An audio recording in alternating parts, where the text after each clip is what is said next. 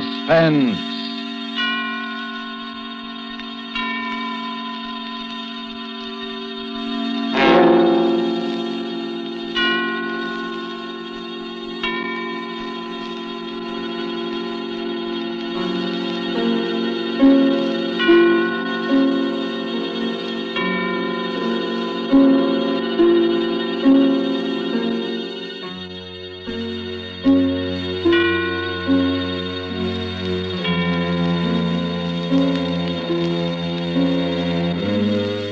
This is the Man in Black, here again to introduce Columbia's program, Suspense. If you have been with us on these Tuesday nights, you will know that suspense is compounded of mystery and suspicion and dangerous adventure. In this series are tales calculated to intrigue you, to stir your nerves, to offer you a precarious situation, and then withhold the solution until the last possible moment. And so with 5 Canaries in the room, and the performances of Ona Munson as Anita, Osa Masson as Fifi, and with Lee Bowman as Ronald Denham, who tells the story, we again hope to keep you in suspense.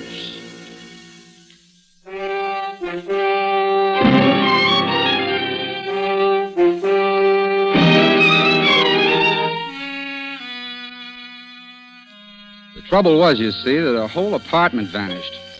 It's true. The flat disappeared straight out of that apartment house, and the dead man disappeared with it. No, I'm not crazy. And in spite of what they said, I hadn't taken too many drinks. You see, I was getting married to Anita in another 2 weeks, and Jimmy Westlake gave a bachelor party for me. Oh, hang it, it's a situation that might have happened to you.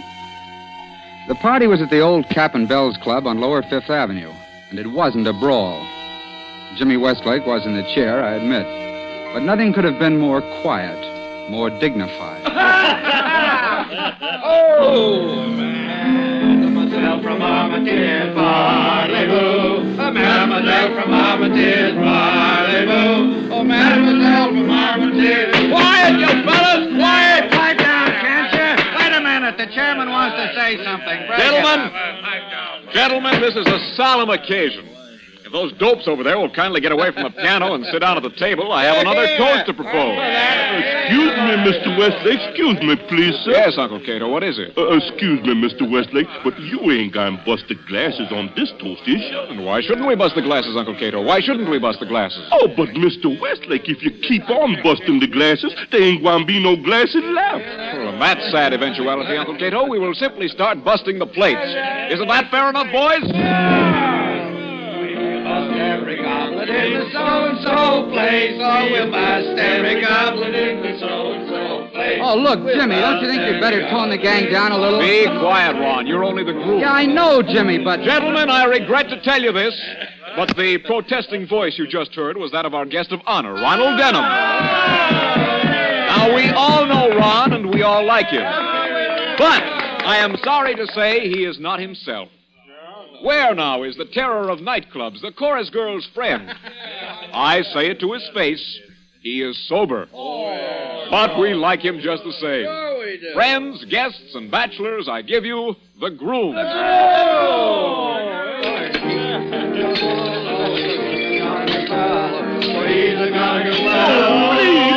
Please, gentlemen, don't bust the glasses. Hey, come on, Ron. Come on, say a few words. That's right, Ron. Get out. Come on. Now, look, boys, I thank you for all the good words, and I don't want to be a wet blanket on the party, but it's nearly midnight, and I've got to get home early.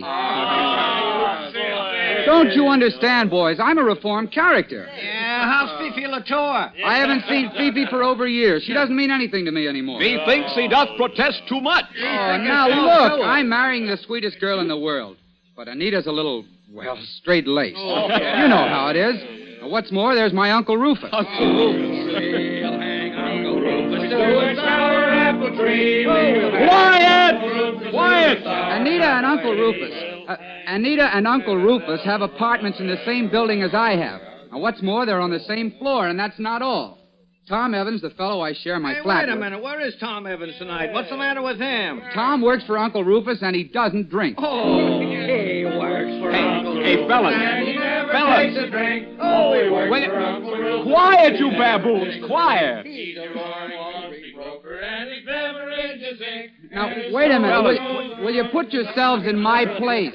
My girl and my uncle and my best friend, Tom Evans, are all expecting me to come home from this party in an ash cart. Sure. And I'm going to fool them. Sure, is that so? Oh, now have a heart, can't you? This Uncle Rufus must be a pretty tough egg, isn't he? Oh, he's all right, but after his first $1 million, it went to his head. Has he got any human weaknesses? Yes, he keeps canaries. Oh, no, not the kind of canaries you're thinking. I mean the kind that go tweet-tweet in cages. Oh, what's the use? What do you say, gentlemen? Shall we allow this pure in heart to wend his way home? He's got a drink for the bride, though. That's right, Ron. Can you, as a chivalrous gentleman, refuse to drink to the bride? You can't, and you know you can't.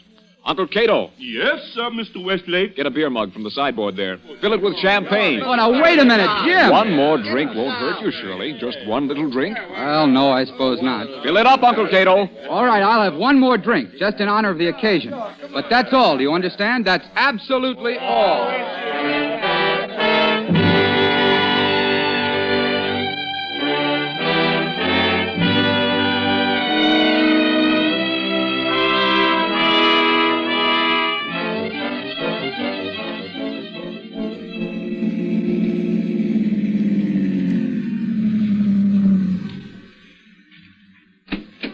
Yes, sir.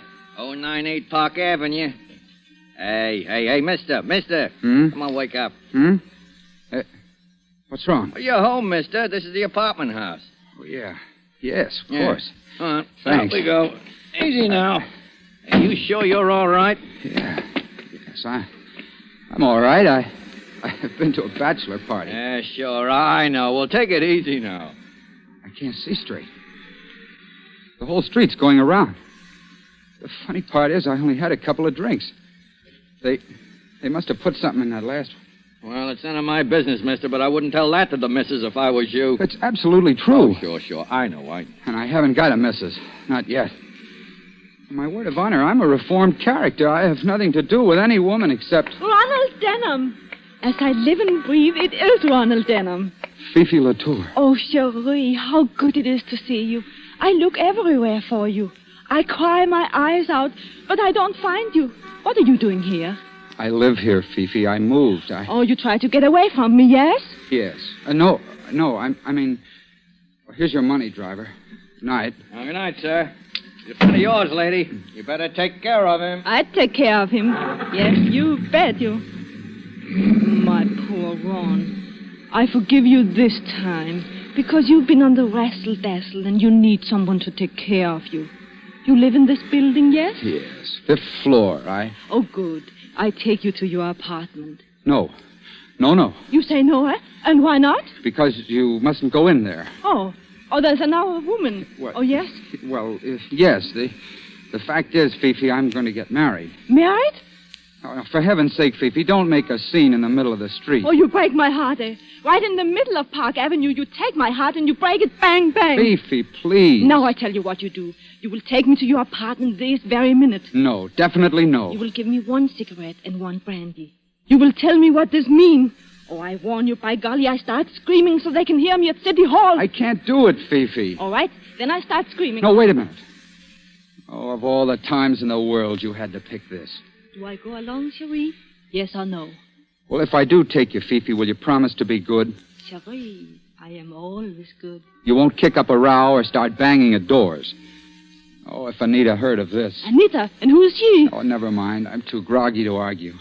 Come on.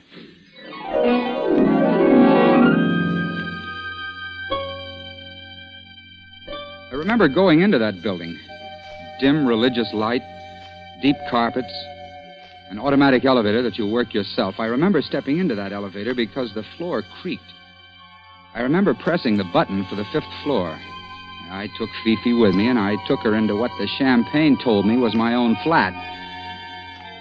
Maybe you think that's funny, but it won't be funny much longer. Either the door of the flat was unlocked or my key fitted it. Anyway, I remember stumbling through the little hall inside, getting a light on, and into the living room. I remember sitting back in an easy chair, thanking the Lord I was home. You don't mind if I take my coat off, Cherie? Look, Fifi, couldn't you just go home? I want to talk to you, Cherie. And this is one very nice flat. I like it. Thanks a lot. You and Tom Evans, you have good taste in furniture. We didn't choose the furniture, Fifi. This girl of yours chose it, I suppose? No, it comes with the flat. Oh, you mean? Well, these are furnished flats. They're all furnished exactly alike except for the personal things you bring yourself. Like that picture on the wall behind me. What picture, Cherie? The painting of the clipper ship over there. But, Cherie, your eyes are funny and you cannot see straight. There's no picture on that wall. Wait a minute.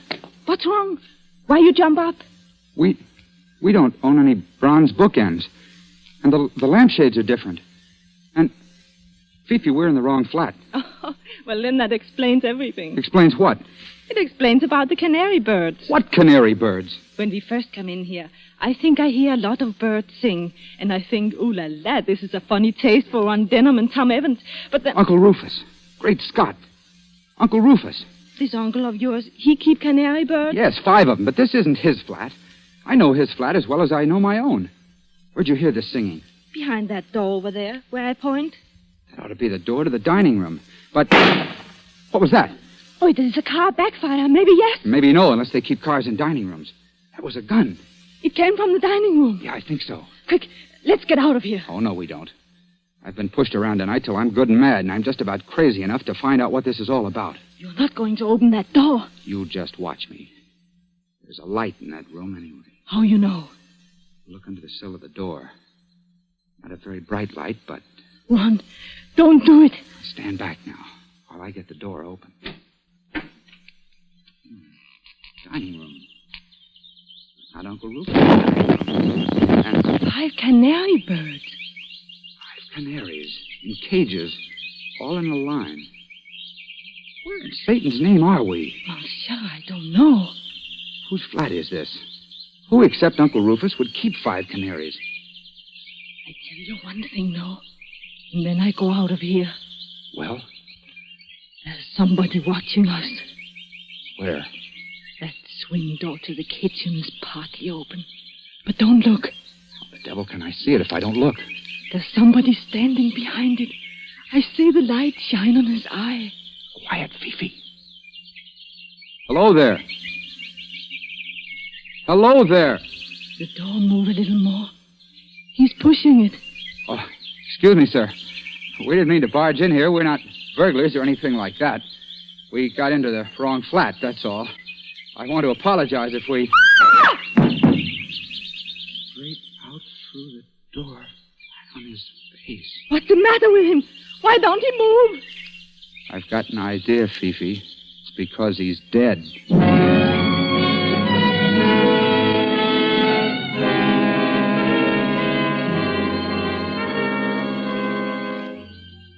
He was a little fat man with eyeglasses and a spade-shaped beard. He looked foreign somehow.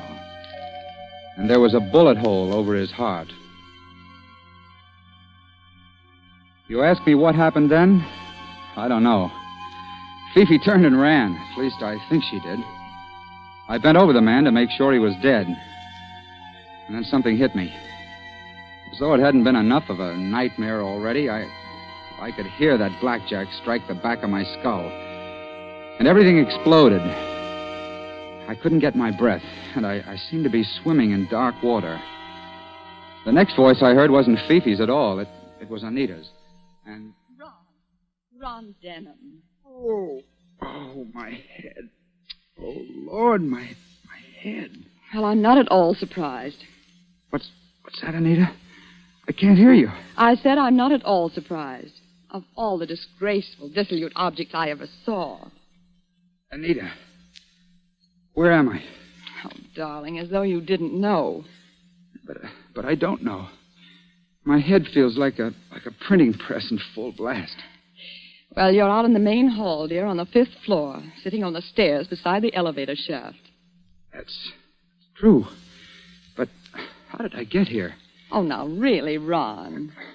I must have been carried here. That's it. By your drunken friends at the club?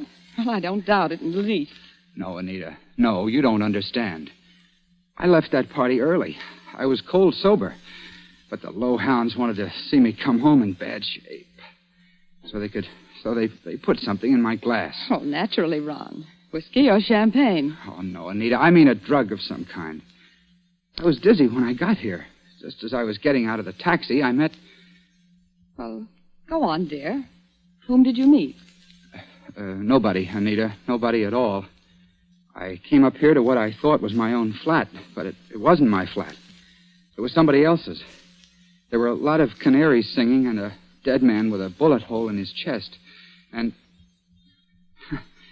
Well, this sounds pretty crazy, doesn't it? Yes, dear, it certainly does. Yeah, but it's true. Oh, Ron, I suppose I've got to forgive you. I always do forgive you. Now run along like a good boy and sleep it off, hmm? Listen, Anita. There's a dead man in one of these flats. A dead man? In which flat? Well, that's just it. I don't know. You're not saying it's on this floor? Yes, I definitely remember pressing the button for the 5th floor. Suppose you listen to me, dear. Now, don't make faces and rumple your hair. Just listen. There are only 2 other apartments on this floor. One is your uncle's. It wasn't his. I'll swear to that. Well, and the other is mine. You don't think I'm hiding a dead man? No, it wasn't your flat either. Well, then where is it, darling? A whole flat can't vanish and take the dead man along, can it? No. But I'll tell you something else, Anita. I've seen that man's face somewhere before. Well, whose face? The dead man's. Thick eyeglasses, square black beard, something foreign about it. I've seen him, or I've seen his picture, or... Oh, Ron, please. What's wrong? It's the elevator. Somebody's coming up. Oh, please don't let people see you. Your hat's smashed in and your tie's untied, and you look like nothing on earth. Well, look here, Anita. If it comes to that, what are you doing out in the hall in negligee and pajamas? Well, I wanted to make sure you got home safely. Ron, the elevator, it's Tom Evans and your Uncle Rufus. All right, I can take it. But your uncle can't. Now, don't say anything to him about this dead man. Promise me. Hold on, I've got it. Pierre Duroc. Who? Pierre Duroc. That's the dead man's name. He... And furthermore, Evans, you may expect from me that in this year of 1938, the prospect of a European war is so remote as not to be worth serious consideration. Excuse me, sir, but isn't that a little strong? Now, don't argue with me, Evans. No, sir. You may tell my secretary to... Look here. What's this? Well, now look, Uncle Rufus. Oh, I can't stand any more of this. I'm fed up. Well, I don't blame you, my dear. Has this nephew of mine been annoying you again? Oh, no, of course not, but please don't pay any attention to him. He's drunk. For the last time, I am not drunk. I just want to ask Uncle Rufus, before I go completely nuts, whether he hasn't heard of Pierre Duroc. What's that, Ronald? What'd you say? Pierre Duroc, the French millionaire. Well, what about him? He's the man who always deals in cash on the line. Spot cash, even if it's $1 million. I saw his picture in the paper. He's in New York to put through a business deal with you, isn't he? Oh, indeed, Ronald. Well, you show a commendable interest in my affairs. Well, that's what you want me to do, isn't it? Well, I believe Duroc does want to buy some property I own, but he hasn't approached me, and I haven't approached him. It's a bad business. Why have you developed this sudden interest in Duroc? Because he's dead. Dead? Somebody shot him in a room full of canaries and then slugged me over the head. Do you believe me, Evans? If your uncle will excuse me, old man, I don't see any reason not to believe you. Where's the body? Well, that's the trouble. Ron claims he found it in a flat that doesn't exist. Listen. What's that? Sounded like somebody running upstairs in the devil of a hurry. Well, maybe it's the dead man. As a matter of fact, it's the night porter. He's the one who can tell us. Tell us what? Well, maybe I did get off at a different floor, but that flat's got to be somewhere in this building. Pearson! Oh, just a minute. Pearson! I'm very sorry, sir. I can't stop now. Please stand aside. I got to go upstairs and get the manager. Why, Pearson? Is anything wrong? Well, Mr. Evans. Speak up, man. Is anything wrong? It's the police, sir. We found a dead man in the palm garden downstairs. Now do you believe me? You will oblige me, all of you, if you remain quiet and allow me to deal with this. What does this man look like, Pearson? He's a foreign-looking gentleman, sir. Never saw him before. He doesn't live in the building. Well, then how did he get to the palm garden? Well, sir, that's what we don't know. He certainly wasn't there when I looked in half an hour ago. But I went back to the palm garden just by chance, and there he was in a wicker chair with the singing birds in cages all around him. Birds again? Oh, be quiet, Ronald. He'd been shot, sir. The police think he was brought down in the service elevator from somewhere upstairs. Why do they think that? Because they found a revolver in that elevator and a little paper band of the kind that goes around banknotes. If they could tell where the dead man came from... You can tell us where he came from. Huh? I can, sir. Yes, you've been in most of the flats in this building, haven't you? I've been inside all of them, sir. Why? Well, would you recognize any given flat if I described it? Yes, sir, certainly, but... Well, then, for the love of Mike, think. Who lives in a flat with 5 canary cages in the dining room? Ronald, are you out of your mind? In case you don't happen to remember, you're describing my place. No, it was like your place, but it wasn't at all the same. Oriental prints on the walls. In the living room, bronze bookends and bronze lamps. Dragon patterns on the lampshades. There was a queer kind of clock on the mantelpiece, shaped like a figure of Father Time. And what's the matter with you, Pearson? Nothing, sir. But you're sure you saw all that? Yes, of course I'm sure. Why not? Because, I'm sorry, sir, but you couldn't have seen it. What do you mean I couldn't have seen it? I did see it. Who lives in the blasted place? Nobody. Well, you mean the flat's vacant? No, sir. I mean, there's no such flat in the whole building.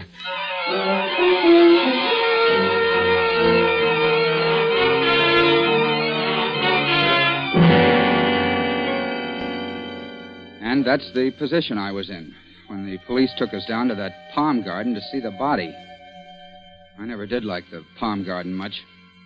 It's a big, dimly lighted hollow of a place, with bird cages beside the palms and an artificial goldfish pond in the middle. I liked it even less at 3 o'clock in the morning with a dead man looking at me from his chair. They sent us in one at a time. I was first to see the homicide squad officer. And there was Inspector Braddock, a big, sleepy-looking hulk with a hat like a pirate, sitting on a bench throwing pebbles at that pond. Back would go his arm, and a pebble would hit the water. Back would go his arm, and a pebble would hit the water. And that's all you've got to tell me, Mr. Dunham? Yeah, that's all, Inspector. It happens to be true. Oh, I believe you. After all, son, we've got corroboration. Corroboration from whom? From your other girlfriend, Fifi Latour. But Fifi's not here. She ran out of here as soon as Duroc's body fell through that door. Yes, but she didn't run far. A cop wondered why she was running and brought her back. Where's Fifi now? In that room there, talking to your official girlfriend.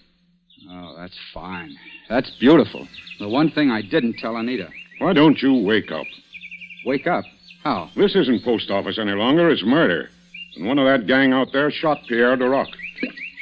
Are you serious? Serious. Sure, I'm serious. This is as clever and slick and mean a trick as ever went on the blotter. Pierre Duroc was one of the goats. You were the other. This uncle of yours is a fairly important guy, isn't he? Wait a minute. Just exactly what are you saying about the old boy? I'm saying he gets lots of publicity. This hobby of his, keeping dicky birds, must be pretty well known. Yes, I suppose so. All right. So if Duroc came to visit your uncle tonight... You say if Duroc came to visit my uncle. What you're forgetting, son, is that Duroc's an important man, too. He's a visiting foreigner, capital letters, and the department's got to keep an eye on him. Duroc did go to visit your uncle tonight, and he was carrying $20,000 in cash. What are you intimating? Murder. Inspector Braddock. Yes, Sergeant? That crowd out there is raising Cain, especially the old man and the French gal. Shall I let him in? Yeah, you can let him in now. No, more than an hour. Sitting in an anteroom without even hearing why we're here. I tell you, Evans is intolerable. It's all right, sir. They probably know what they're doing. You think so, my friend? But I still don't know why I'm here. How very interesting, Miss Latour. Such extreme absent-mindedness. Well, perhaps Ron could tell you why you're here. Oh, listen, Anita, I can explain everything. Can you explain the disappearing apartment? Well, that's better. I'd like, if you don't mind, to have a little quiet here. Now, which one of you is Mr. Rufus Denham? I am Rufus Denham, sir. Rufus Denham of Denham and Company. Can there be any doubt whatever about that? No, but I thought I'd ask. I was just telling your nephew, Mr. Denham, that Pierre Duroc came here tonight to see you. To see me, Inspector? That's right. I can only characterize that statement, sir, as a flat and downright lie. I've never met that man. I didn't say you met him. I said he came here to see you. Duroc wanted to buy some property from you, didn't he? Well, I suppose he did. And Duroc always paid spot cash, didn't he? Yes, I believe so. Just one more question. I imagine you've got a secretary. Yes, naturally I've got a secretary. Miss Helen Gardner. What about her?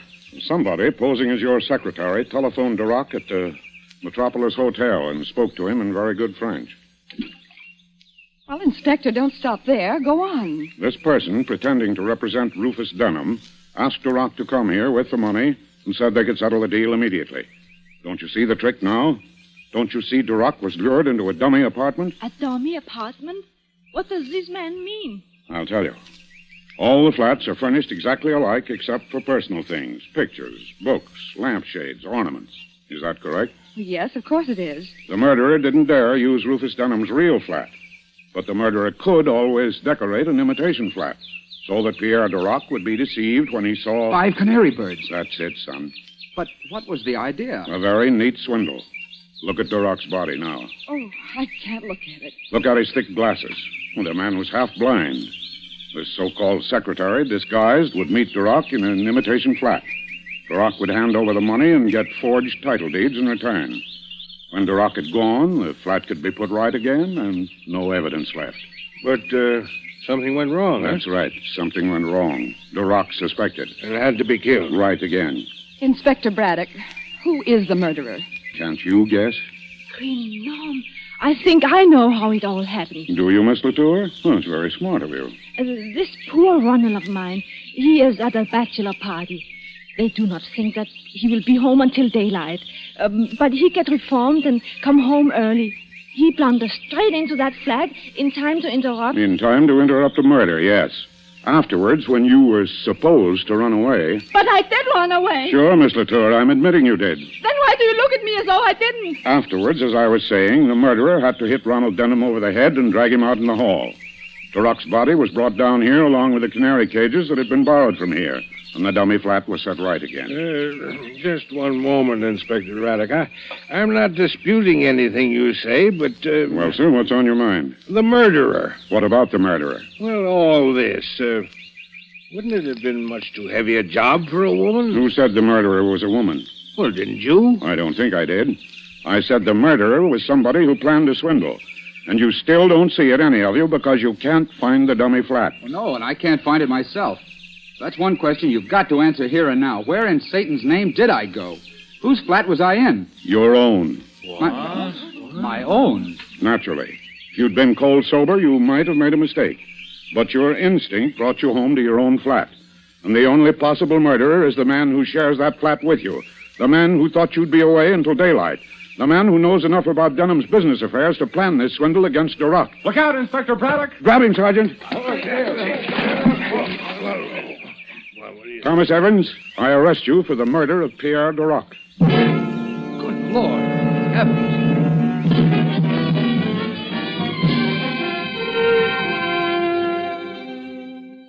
Well, that's about all there is to the story. Anita and I were married last week. She's a wonderful girl. I tried to talk her into our staying on in my old flat, but she said she just had to have an apartment which didn't have such a habit of disappearing. But we're very happy. We agree about everything, don't we, dear? Oh, practically everything, darling. But I still don't think it was cute of Fifi to send up 3 dozen canaries for a wedding present.